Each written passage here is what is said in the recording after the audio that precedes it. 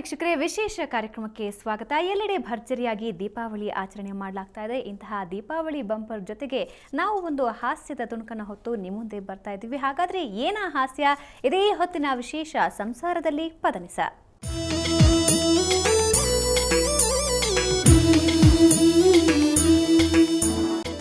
ವೀಕ್ಷಕರೇ, ಈಗಾಗಲೇ ಹೇಳಿದೆ ದೀಪಾವಳಿ ಹಬ್ಬ ಎಲ್ಲೆಡೆ ಭರ್ಜರಿಯಾಗಿ ಆಚರಣೆ ಆಗ್ತಾ ಇದೆ. ಈ ಸಂದರ್ಭದಲ್ಲಿ ಒಂದು ಹಾಸ್ಯದ ತುಣುಕನ್ನು ನಿಮ್ಮ ಮುಂದೆ ಇರ್ತೀವಿ ಅಂತ. ಈ ಹಾಸ್ಯದ ತುಣುಕುಗಳನ್ನು ತರೋದಕ್ಕೆ ನಮ್ಮ ಜೊತೆ ಇದ್ದಾರೆ ಡಾಕ್ಟರ್ KP ಪುತ್ತೂರಾಯರು. ಇವರು ವೃತ್ತಿಯಲ್ಲಿ ಪ್ರಾಧ್ಯಾಪಕರು, ಪ್ರವೃತ್ತಿಯಲ್ಲಿ ವಾಗ್ಮಿ, ಭಾಷಣಕಾರರು, ಸಾಹಿತಿಗಳು. ಹಾಗೆ ಇಂದುಮತಿ ಸಾಲಿಮಠ್ ಅವರು ನಮ್ಮ ಜೊತೆ ಇದ್ದಾರೆ. ಇವರು ಪ್ರವಚನಗಾರ್ತಿ ಹಾಗೆ ಹಾಸ್ಯಗಾರ್ತಿಯು ಕೂಡ. ಸಾಕಷ್ಟು ಹರಟೆ ಕಾರ್ಯಕ್ರಮಗಳಲ್ಲಿ ಕೂಡ ಈಕೆ ಭಾಗವಹಿಸ್ತಾರೆ. ಸೊ ಇಬ್ಬರಿಗೂ ಕಾರ್ಯಕ್ರಮಕ್ಕೆ ಸ್ವಾಗತ. ನಮಸ್ಕಾರ. ನಮಸ್ಕಾರ ಪುತ್ತೂರಾಯರೇ, ಸಾಮಾನ್ಯವಾಗಿ ಇವತ್ತು ನಾವು ತಗೊಂಡಿರುವಂತಹ ಒಂದು ಸಬ್ಜೆಕ್ಟ್ ಏನಿದೆ, ಸಂಸಾರದಲ್ಲಿ ಪದನಿಸ. ಈ ಸಂಸಾರ ಅಥವಾ ದಾಂಪತ್ಯ ಅಂತ ನೋಡೋದಾದ್ರೆ ಎಷ್ಟು ವಿಧ ಇದೆ ಇದರಲ್ಲಿ? ಯಾರೋ ಒಬ್ರು ಹಿರಿಯರನ್ನು ಕೇಳಿದರು, ಸಾಗರ ದಾಟಲು ತೆಪ್ಪಬೇಕು, ಸಂಸಾರವೆಂಬ ಸಾಗರ ದಾಟಲು ಏನು ಬೇಕು? ಆಗ ಅವ್ರು ಹೇಳ್ತಾರೆ, ಸಂಸಾರವೆಂಬ ಸಾಗರವನ್ನು ದಾಟಲು ಗಂಡ ಹೆಂಡಿರ ಪೈಕಿ ಒಬ್ಬರು ತೆಪ್ಪಗಿರಬೇಕು. ಜನ ಮದುವೆ ಆಗ್ತಾರೆ. ಯಾಕೆಂದ್ರೆ ಬೀಚಿ ಹೇಳಿದ್ರಲ್ಲ, ಒಂದು ಗಂಡಸಾದವನಿಗೆ ಒಂದು ಮನೆ, ಒಂದು ಹೆಂಡತಿ ಇರಬೇಕು, ಸ್ವಂತದ್ದಾದ್ರೆ ಒಳ್ಳೇದು ಅಂತ. ಆದ್ರೆ ಕೆಲವರು ಮದುವೆ ಆಗ್ತಾರೆ, ಯಾಕೆಂದ್ರೆ ಅವ್ರು ಮದುವೆ ಮಾಡಿಸ್ತಾರೆ ಅವರು. ಯಾಕಂದ್ರೆ ಈ ಮದುವೆ ಆದವರಿಗೆ ಮದುವೆ ಆಗದವ್ರನ್ನ ಕಂಡ್ರೆ ಏನೋ ಹುಟ್ಟುಕಿಚ್ಚು. ಮದುವೆಯಲ್ಲಿ ಎರಡು ತರ ವಿಧ ಇದೆ, ಒಂದು ಅರೇಂಜ್ಡ್ ಮ್ಯಾರೇಜ್, ಒಂದು ಲವ್ ಮ್ಯಾರೇಜ್. ಯಾವ್ದು ಒಳ್ಳೇದು ಅಂತೀರಾ? ಆಕ್ಚುಲಿ ಹೇಳ್ಬೇಕಿದ್ರೆ ಒಂದು ನ್ಯಾಚುರಲ್ ಡೆತ್, ಇನ್ನೊಂದು ಸುಸೈಡ್. ಪುತ್ತೂರಾಯರು ಹೇಳಿದ್ದು ಭಾಳ ಕರೆಕ್ಟ್ ಇದೆ ರೀ ಭಾವನಾ. ಕೆಲವ್ರು ಹೇಳ್ತಿರ್ತಾರೆ, ನಮ್ಮ ನಾಟಕದಾಗ ಬರ್ತಿತ್ತದು, ಲವ್ ಹೊತ್ತು ಲಗ್ನ ಮಾಡ್ಕೊಂಡು ಹಿಂದಾಗಡೆ ಹೊತ್ತು ಬಾಯಿ ಬಡ್ಕೋಬಾರದು ಅನ್ನುವಂಥ ಸ್ಥಿತಿ. ಆದರೆ ಎಲ್ಲ ಲವ್ ಮ್ಯಾರೇಜ್ಗಳು ಹಾಗಿರ್ತಾವಂತಲ್ಲ. ಕೆಲವೊಂದು ಲವ್ ಮ್ಯಾರೇಜಸ್ ಯಶಸ್ವಿ ಆಗಿರ್ತಾವೆ. ಅದು ದಂಪತಿಗಳ ಮೇಲೆ ಡಿಪೆಂಡ್ ಇರೋದು. ಒಬ್ಬರನ್ನೊಬ್ಬರು ಅರ್ಥ ಮಾಡಿಕೊಂಡು ನಿಜವಾಗಿ ಪ್ರೀತಿಸಿ ನಾವು ಬಾಳಿನಿದ್ದಕ್ಕೂ ನಾವು ಸಂತೋಷದಿಂದ ಬಾಳ್ತೀವಿ ಅನ್ನುವ ಆತ್ಮವಿಶ್ವಾಸ ಇದ್ದವರು, ಯಾವರ ಮಾತಿಗೂ ಕಿವಿಗೊಡದೇ ಇದ್ದವರು ಜೀವನದ್ದಕ್ಕೂ ಅವರು ಸುಖದ ಸರಸದ ದಾಂಪತ್ಯ ಸಾಗಿಸೋದಕ್ಕೆ ಸಾಧ್ಯ. ಆದರೆ ಈ ಲವ್ ಮ್ಯಾರೇಜು ಸ್ವಲ್ಪ ಮಟ್ಟಿಗೆ ಅರೇಂಜ್ ಮಾಡಿದ್ರೆ ಸ್ವಲ್ಪ ಬೆಟರ್. ಯಾಕೆಂದ್ರೆ ಲವ್ ಮ್ಯಾರೇಜಲ್ಲಿ ನಾವು ಪ್ರೀತಿಸಿದ ಹುಡುಗಿಯನ್ನೇ ಒಂದು ಮದುವೆ ಆಗ್ತಾನೆ. ಆದರೆ ಅರೇಂಜ್ ಮಾಡಿದ್ರೆ ಇನ್ನೊಬ್ರು ಪ್ರೀತಿಸಿದ ಹುಡುಗಿಯನ್ನು ಮದುವೆ ಆಗಬೇಕಾಗತ್ತೆ. ಇದು ಮಾತಿದೆ. ಅದಕ್ಕೆ ನೋಡಿ, ಈ ಮದುವೆ ಆಗುವಾಗ ಫಸ್ಟಿಗೆ ಲವ್ ಅಟ್ ಫಸ್ಟ್ ಸೈಟ್ ಅಂತ ಶುರು ಆಗುತ್ತೆ. ಮೊನ್ನೆ ಯಾರನ್ನು ಕೇಳಿದೆ ನಾನು, ಲವ್ ಅಟ್ ಫಸ್ಟ್ ಸೈಟ್ ಅಂದ್ರೆ ಏನು? ಆಗ ಅವ್ರು ಹೇಳ್ತಾರೆ, ಪುತ್ತೂರಾಯರೇ, ಫಸ್ಟ್ಗೆ ಆ ಮದುವೆ ಆಗುವ ಹುಡುಗನಿಗೆ ಒಂದು ಸ್ವಂತ ಮನೆ ಕಟ್ಟಲು ಸೈಟ್ ಇದೆಯೇ ಇಲ್ಲವೋ ಎಂಬುದನ್ನು ಖಚಿತಪಡಿಸಿಕೊಂಡು ಆಮೇಲೆ ಮದುವೆ ಪ್ರಸ್ತಾಪನೆ ಇಡುವುದೇ ಲವ್ ಅಟ್ ಫಸ್ಟ್ ಸೈಟ್ ಅಂತಂದ್ರು. ಅವರ ವ್ಯಾಖ್ಯಾನ ಹೀಗೂ ನಮಗೂ ಇದೇ ಬಂದಿತ್ತು. ಬಂದ್ಬಿಟ್ಟು ನೋಡಿ, ಈ ಮದುವೆ ಆಗುವ ವಿಚಾರದಲ್ಲಿ ಈ ಮಧ್ಯವರ್ತಿಗಳಿದ್ದಾರಲ್ಲ, ಅವ್ರದ್ದು ಬಹಳ ದೊಡ್ಡ ಕೈವಾಡ. ಈಗ ನನ್ನ ಮದುವೆ ವಿಚಾರ ತಗೊಂಡ್ರು ಕೂಡ ಈ ಮಧ್ಯವರ್ತಿ ಒಬ್ಬರು ಬಂದ್ಬಿಟ್ಟು ನಮ್ಮ ಅಪ್ಪನಿಗೆ ಹೇಳಿದ್ರು, ಅಯ್ಯೋ ಒಂದು ಒಳ್ಳೆ ಹುಡುಗಿ ನೋಡಿಟ್ಟಿದ್ದೆ ನಿಮ್ಮ ಹುಡುಗನಿಗೆ, ಆಕೆದ್ದು ಮೀನಿನಂತಹ ಕಣ್ಣು, ಆಯ್ತು ಗಿಳಿಯಂತಹ ಮೂಗು, ನಡೆದರೆ ಹಸುವಿನಂತೆ, ಕುಣಿದರೆ ನವಿಲಿನಂತೆ, ಮತ್ತೆ ಅವಳದು ಸಿಂಹದಂತಹ ಸೊಂಟ, ಅದ ಕೌಗಲೆಯಂತಹ ಕಂಠ, ಹಸುವಿನಂತಹ ಸ್ವಭಾವ, ಹೀಗೆ ಹೇಳ್ತಾರೆ.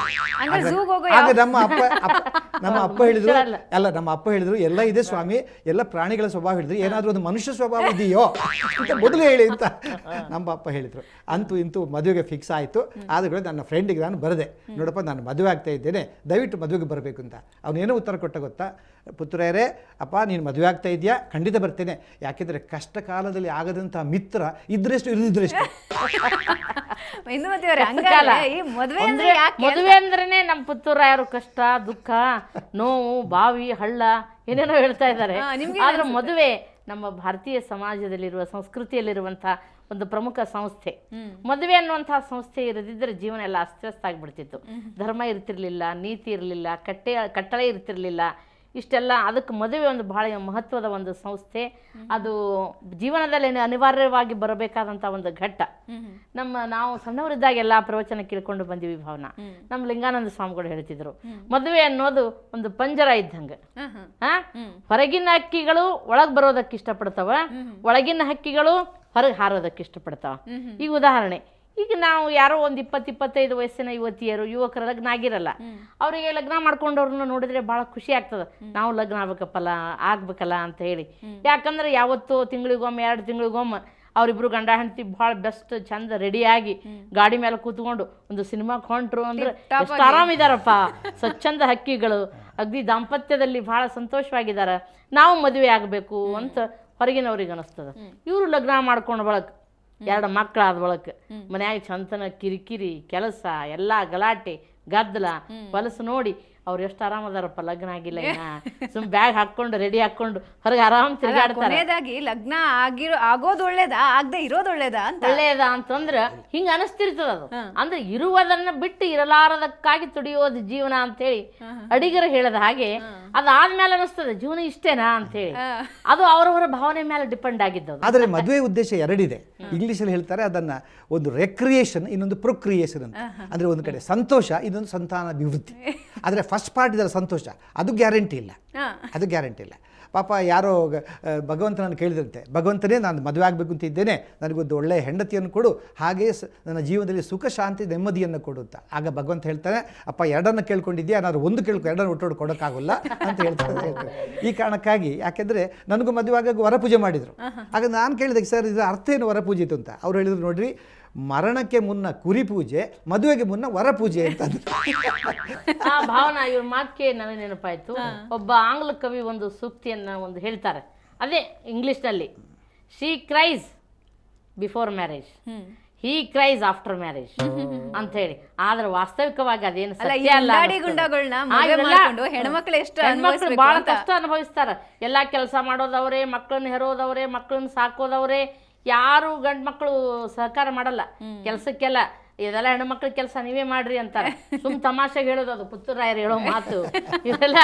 ಅದಕ್ಕೆ ಹೀಗೆ ಒಬ್ಬ ಗಂಡ ಕಾಲೇಜ್ ಲೆಕ್ಚರರ್ ಹೊರಗಿನಿಂದ ಬಂದ 4-5 ಪೀರಿಯಡ್ ತೊಗೊಂಡಿದ್ದ. ಅವನು ಹೇಳದ ಹೆಂಡ್ತಿಗೆ, ಏನೋ ಇಷ್ಟೊತ್ತನ ಎಲ್ಲ ಪೀರಿಯಡ್ ತೊಗೊಂಡು ಭಾಳ ಟಯರ್ಡ್ ಆಗೈತೆ, ಹೈರಾಣ ಆಗೈತೆ, ನನಗೆ ಎದ್ದು ಊಟಕ್ಕೆ ಬಿಡಿಸಿ ಹೇಳವ ಅಂತಂದ.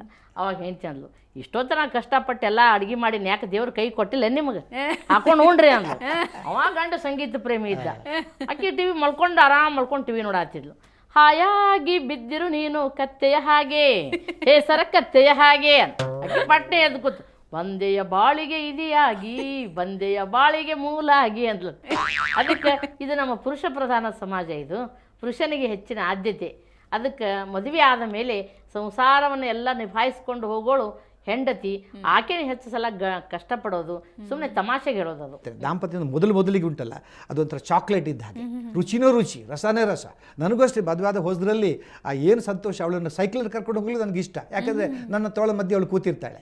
ಇಲ್ಲ, ನನ್ನ ಸ್ಕೂಟರ್ ಕರ್ಕೊಂಡು ಹೋಗೋದು ನನಗಿಷ್ಟ, ಯಾಕಂದರೆ ಅವಳ ತೋಳ ಮಧ್ಯದಲ್ಲಿ ನಾನು ಕೂತಿರ್ತೇನೆ. ಮದುವೆ ಹೊಸದ್ರಲ್ಲಿ ಅವ್ರು ಮಾಡಿದ್ದೆ, ಅವಳಿಗೆ ನಿಜವಾಗಿ ನನ್ನ ಹೆಂಡತಿಗೆ ಅಡುಗೆ ಬರ್ತಿರ್ಲಿಲ್ಲ. ಆದರೆ ಅವಳು ಮಾಡಿದ್ದೇ ರುಚಿ, ಹೇಳಿದ್ದೇ ಸಂತೋಷ. ನಾನು ಫಸ್ಟಿಗೆ ಅಡುಗೆ ಬರ್ತಾರಿರಲಿಲ್ಲ. ಒಂದ್ಸಲ ಏನಾಯಿತು, ನಾನು ನನ್ನ ಆಫೀಸಿಗೆ ಹೋಗಿ ಬರ್ತಾ ಇದ್ದೆ, ಅವಳು ಏನೋ ಹಲ್ವ ಮಾಡಿಟ್ಟಿದ್ದಾಳೆ, ಗೋಧಿ ಹಲ್ವ. ಅಷ್ಟೊತ್ತಿಗೆ ಅವಳು ಹೇಳಿದ್ರು, ನೋಡ್ರಿ ನಿಮಗೋಸ್ಕರ ಕಷ್ಟಪಟ್ಟು ಈ ಗೋಧಿ ಹಲ್ವ ಮಾಡಿಟ್ಟಿದ್ದೆ ಅಂತ ಅಂದ್ಲು. ರಬ್ಬರ್ ಥರ ಇತ್ತು. ನಾನು ಹೇಳಿದೆ, ನೀನು ನನಗೋಸ್ಕರ ಕಷ್ಟಪಟ್ಟು ಗೋಧಿ ಹಲ್ವ ಮಾಡಿಟ್ಟಿದ್ಯಾ, ನಾನು ಸಹ ಕಷ್ಟಪಟ್ಟು ತಿಂತಾ ಇದ್ದೆ, ಯಾಕೆ ರಬ್ಬರ್ ಥರ ಇತ್ತು. ಬೇರೆಂದರು ಭಾಳ ಸುಂದರವಾಗಿ ಹೇಳಿದ್ದಾರೆ, ಸರಸ ಜನನ ವಿರಸ ಮರಣ ಸಮರಸವೇ ಜೀವನ ಅಂತ. ಇದು ದಾಂಪತ್ಯ ಜೀವನಕ್ಕೆ ಅತ್ಯಂತ ಒಂದು ಸೂಕ್ತವಾದಂಥ ಶಬ್ದ. ಹೊಸದ್ರಲ್ಲಿ ಹಾಗಿರುತ್ತೆ, ಎಲ್ಲೋ ಸರಸ, ಎಲ್ಲೋ ಚೆನ್ನಾಗಿರುತ್ತೆ, ಆಮೇಲೆ ಸ್ವಲ್ಪ ವಿರಸ ಶುರುವಾಗುತ್ತೆ, ಕೊನೆಗೆ ಸಮರಸ ಬರುತ್ತೆ. ಅದು ಅನುರಾಗ ದಾಂಪತ್ಯವಾಗುತ್ತದೆ.